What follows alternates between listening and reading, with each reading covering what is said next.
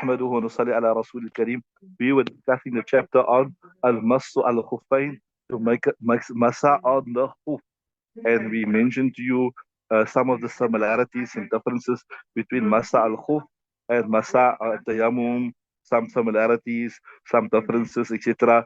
And why they are brought together, because they are similar in many ways. But if you look at masa al-tayammum, in some ways it is a stronger taharat, etc. So if you look at Masah al-Khuffayn, it is permissible, it is established, and the ahadith are mashhur. If you mashallah, you done in your usul al-hadith, mashhur means it are abundant. There's enough hadith. It's, it's proven beyond doubt, way beyond doubt, that this is permissible in Sharia. And you done usul al-hadith also. There, another thing that affects the strength of a riwayat is who's narrating the riwayat. One is you have a junior sahabi narrating something, and sometimes you have a senior sahabi narrating something, right? So when a senior sahabi narrates something, that is a sign that it is even more acceptable. So when you, like, sometimes you got a junior sahabi narrating something, and you got a senior sahabi or a sahabi that is known for his faqahat, etc. Then on account of his faqahat, etc., his riwayat will get precedence over another riwayat. You understand what I'm saying? If it's a junior sahabi, are you with me? So what we're saying here is, with regards to the possibility of making masa, there are senior sahaba ikram that narrated. Kibaru sahaba ikram. You see, as Abu Bakr Siddiq, as Umar Farooq, as Ali radiallahu ta'ala anhu, as Ibn Abbas, as Ibn Mas'ud, and other senior Sahaba Ikram, not only did they narrate about the possibility, in fact, they themselves used to make Masal Khufayn, right? Which obviously proves that they saw it from Nabi Sallallahu Alaihi Wasallam.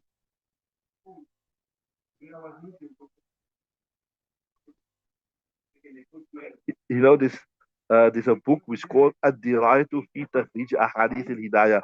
Allama Ibn Hajar Asqalani, where all the hadith that are in Hidayah Sharif, he recorded one place. He recorded 26 ahadith that speaks about the permissibility of making Masal Khufayn. Just one, two hadith, just to understand.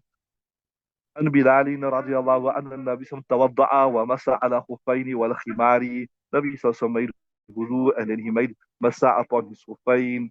عن عمرو بن أمية أنه رأى النبي صلى الله عليه وسلم يمسح الخفين. The Sahabi says, so Nabi صلى الله عليه وسلم.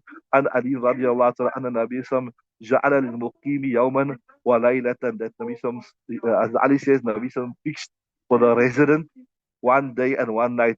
وللمسافر ثلاثة أيام ولياليها. For a person who's traveling, he can make Masah for 3 days and 3 nights. And Aisha, narrated from Aisha, قالت كان رسول يأمرنا, that the Wisdom commands, أن نمسح الخفين يوما وليلة, that we make Masah upon the Khufayn a day and night, right? That's للمقيم, for the muqim, وللمسافر ثلاثة, and for the musafir 3 days. So I said there are many hadith. There are just some hadith to prove the permissibility.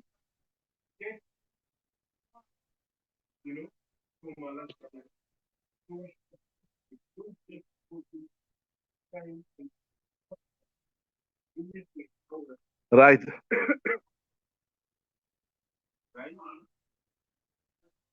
So these riwayat and other riwayat, it makes it abundantly clear that Masal Khufayn is proven from the Sunnah. The author of Inayah, Alama Babarti, he mentions, he makes naqal a opinion of Imam Walifa, ما قلت بالمسي حتى جاءني فيه مثل ضوء النهار. See, look here, the Quran is quite clear that you have to wash your feet, right? There's nothing in the Quran about making masal khufayn, right? So now, in order to, like, so to say, add something to the Quran, the hadith must be strong. That's why we say, according to Hanafi Madhab, there's another principle that you can add to the Quran what the mashhur riwayat. Remember, we done this before. I mentioned to you. So Imam Abu Hanifa says that ma qultu bin masi. I did not say it's permissible to make masah. Hatta ja'ani. Until this matter was so clear to me, misla in nahari. Like, as you know, if I walk out here, how clear the sun is. So how clear. That's how clear. Only when it was so clear to me that it is permissible to make Masah al-Khufayn, then I said, I gave the fatwa now it's permissible. Because I was circumspect, because ultimately it seemed to be contradictory of the Quran. You with me?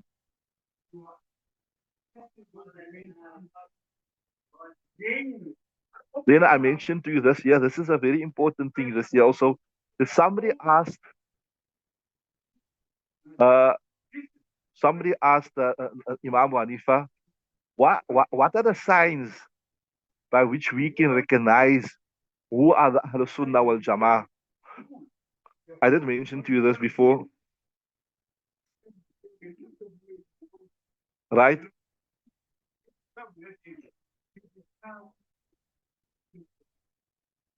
What are the signs? أن يفضل الشيخين, that you give precedence to Shaykhain, that you consider out of all the Sahaba Ikram, like I told you, by this you can exclude so many deviant groups. أن يفضل الشيخين, that you give virtue to to Abu Bakr and Umar, that you consider them. Shaykhain refer to the two father-in-laws of Rasulullah Sallallahu Alaihi Wasallam, as Abu Bakr was the father of Aisha Siddiqa radiallahu ta'ala anha, as Hafsa was the father of Hazrat Umar was the father of Hafsa. So when you accept Hazrat Abu Bakr, automatically you're chucking out the Shias. When you accept Hazrat Umar, you're chucking out the Shias, right? So يفضل الشيخين ويحب الختنين, and you love the two son-in-laws, Hazrat Uthman and Hazrat Ali, right? So when you love Hazrat Uthman, you also chucking out the Shias because they don't like Hazrat Uthman. They said, Uthman, you serve the Khilafat. And so you're chucking them out. Well, and then when you say when you love Hazrat Ali, you're removing the Khawarij. Because remember the Khawarij, they had a problem with Hazrat Ali. They say, we'll do this in Dina, we'll come Aqidah to Asilu Samawiyah. When Hazrat Ali had a difference with Muawiyah, then they decided to make Sulah. So they said, no, Hazrat Ali had no. Although initially they supported, the Khawarij initially supported Hazrat Ali against Hazrat Muawiyah, right? But when he wanted to make Sulah, they said, no, you got no right to make Sulah. In al hukmu illa lillah, that you must use the Quran or make the final decision. You can't, right? And then they turn against Hazrat Ali. So they, the Khawarij, they hate Hazrat Ali, right?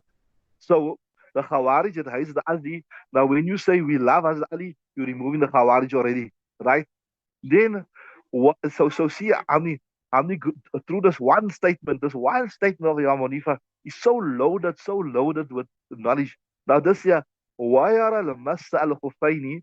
Now, a person who is of the opinion that it's permissible to make Masah al-Khuf. Now, you think in your mind, this is a simple masla about, just making Masah al-Khuf. It is a simple fiqh thing, but it is representative of a broader ideology. It is representative. I'll show you now. Outwardly, the hadith seem to contradict the Quran.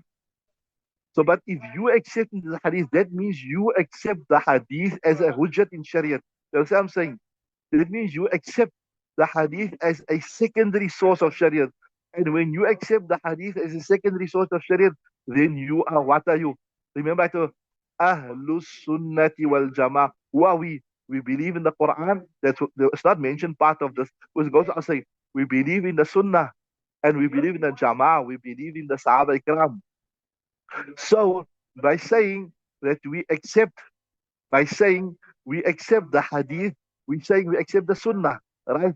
And if you accept the sunnah, then there are so many hadith that speak about Nabi Sallallahu Alaihi Wasallam being the last Nabi. So who you chucking out there? You chucking out who? You understood that? You're following nicely. If you say you accept Masah al-Khuf, and Masah al-Khuf is only proven from the sunnah, follow nicely. If you say you accept Masah al-Khuf, that means you accept the sunnah. And if you accept the sunnah, that means you are from Ahlul Sunnah. You understood it? And when you accept the Sunnah, you're chucking out the Shia. Why? Because there's many virtue in the hadith of the Sahaba Ikram. So by saying you accept the Sunnah, you divorcing yourself from the Shia. When you say you accept the Sunnah, you're divorcing yourself from the Qadianis, because the Qadianis, they say Mirza Ghulam Ahmad is a Nabi and all that type of thing. When there are so many hadith that say that Nabi is the last Nabi, right? So see, with this one statement, you're throwing out two of the main deviant groups. If you look in this world today, there's basically three deviant groups that we have a problem. One is the Shia, one is the Qadiani, eh? Yeah, and one is what we term, the old name was the Mu'tazilat. Those they call them the rationalists. But in today we call them the Quraniyin people. People only believe in the Quran, they don't believe in the Sunnah. So obviously again, if you accept the Sunnah, that means you reject the Quraniyin people because they only believe in the Quran, they don't believe in the Sunnah. Are you with me? So this small statement of Imam Hanifa, it is so loaded, it is so pregnant with knowledge that if you accept what is in here, you will exclude most of the deviant groups. You will exclude most of the deviant, or if not most, you say all the major deviant groups. Yes, the others you get like in America you get this Nation of Islam. Okay, you'll also exclude them because you accept the Sunnah, then they also believe Malcolm X was a prophet. You get Aga Khanis, you get the Khojas, you get all these people that claim they are Muslim. But anyway, with this statement, which defines who the Ahl Sunnah wal Jama'ah, you exclude most of the deviant groups.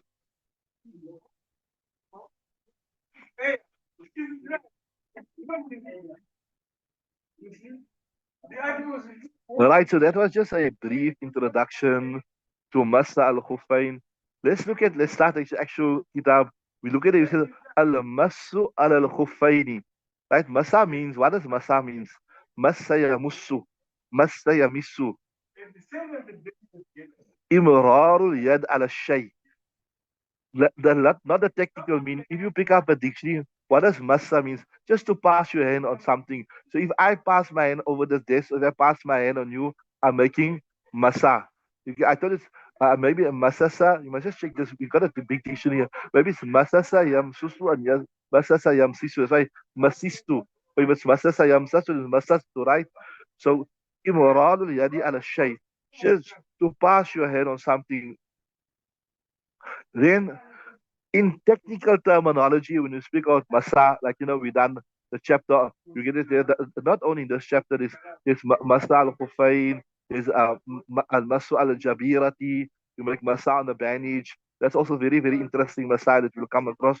It means isabatul yadi, yeah, so isabatu al yadi al udwa, to pass your hand on a limb, right? Now, either that lamb has got a bandage on it, or either that lamb has got a hoof on it, like which is in the right.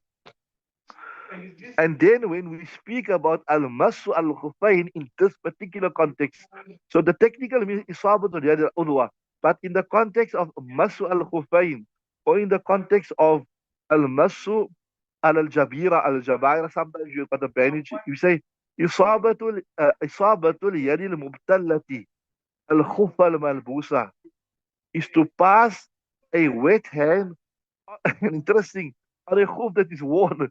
What it means, you can't take the hoof, you make masa on it, and then you put the hoof on after it. So when you speak on masa, you say, I made masa on the hoof, then you put the hoof on after, no. Right? So, isabatul yaril mubtallati al hoof al malbusa, to put, to pass a wet hand on a hoof that is worn. Right? But anyway, more details of that will come as we go through the sabbath. While we discussing this, I just want to teach you. I want to just share something else with you. What is maybe it's not part of the sabbath?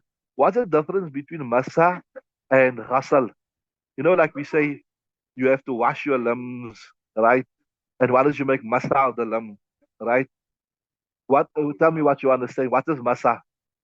You okay? We done now the meaning of masa. Masa means to just to let your hand must be wiped and you wipe over it. Like, okay, I'm forgetting the main one is masal al ras. You make your hand wet and then you pass your wet hand of it. So we know masal al rasi, masal al khufaini, we know al masu al jabairi, jabib, right? And ghasal, what is ghasal? This is yeah. So just remember, this is important. This will help you. This will help you a lot of times. I'll tell you now how it can help you. Ghasal is every hair must get wet. Say, things I'm washing my arm. If you see all these hairs, all of it must be wet, and at least one or two drops must fall off. Now, why this massage important? It can come handy for you. I'll tell you why it can come handy for you. Remember, a couple of years ago in Cape Town, there was a severe drought. Maybe about 10 years ago, and the MJC was giving this fatwa that you mustn't make wudu and it you must use a water bottle and all that type of thing, right? So although some ulama they're upset, they say no, people got to why compromise the sunnah wudu when people got water to waste on other things. Rather cut out the other things and make a proper sunnah wudu. But okay, that's besides the point. But the main point I want to make is this. So if you like that means you got a wudu problem, like maybe you're a lady, you got discharge, or a man, you go to the Haramain Sharifa and all that type of thing. So easy thing to do is you make wudu and you wear your khuf, right? So obviously wash your feet in the haram is very difficult.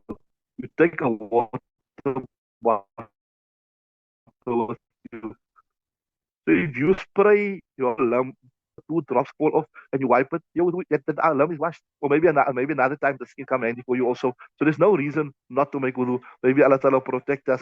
Maybe you're in hospital, in the ICU, you can't make it to the bathroom, whatever. You use a bedpan, you want to make wudu. Then you just take the bottle, you spray every hair that must come wet, and at least one or two drops will drop off. Then you say your wudu is done. You understand what I'm saying? So just two conditions for ghusl to be valid.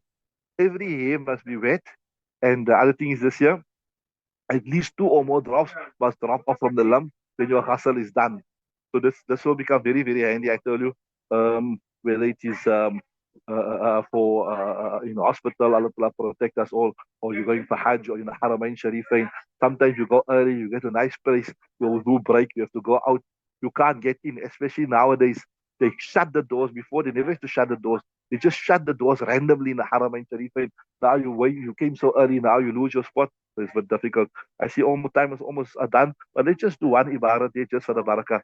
Al-masu al-khufaini ja'izun bi sunnati. To make masa on the khuf, ja'izun, it is permissible bi sunnati. What do I mean bi sunnah? It is established through the sunnah. It is established. Although some ulama say, you see this verse, Ya ayyuha alladhina amanu idha qumtum faghsilu wujuhakum wa aydiyakum wamsahu bi ru'usikum wa arjulakum. So arjula is mansub. It's atf upon ghasal. Some kira say wamsahu bi ru'usikum wa arjulikum, and make masa of your feet. So they say that other kirat refer to when you have a khuf. But okay, but the main thing is here, we say the Surah Nusra, wal akhbaru fihi mustafidatun. The information it is mustafid. Mustafid means it is abundant, it is copious, it is widespread, right? So at-taqila, to such an extent, inna man lam yarau kana mubtadi'an. Whoever does not accept the permissibility of making masa on a khuf is a mubtadi. Although this is a fiqh ibarat, yeah, but we learn something interesting from this ibarat also. What do we learn? When something is so, it's not mutawatir. Remember, if you mutawatir is that amount that is so much that it's difficult to conspire, it's difficult to believe people conspire to lie. So when something is mutawatir, and which is the Quran, and you get certain hadith are mutawatir. When you deny mutawatir, you come out of the fold of Islam. But when you deny mustafid, you don't come out of the fold of Islam. You consider a mubtadi, consider a bid'ati. So this is not mutawatir to such an extent. If you deny it, you come out of the fold of Islam. It's not an aqidah related issue. But if you do not accept it, right, then you are a mubtadi', right?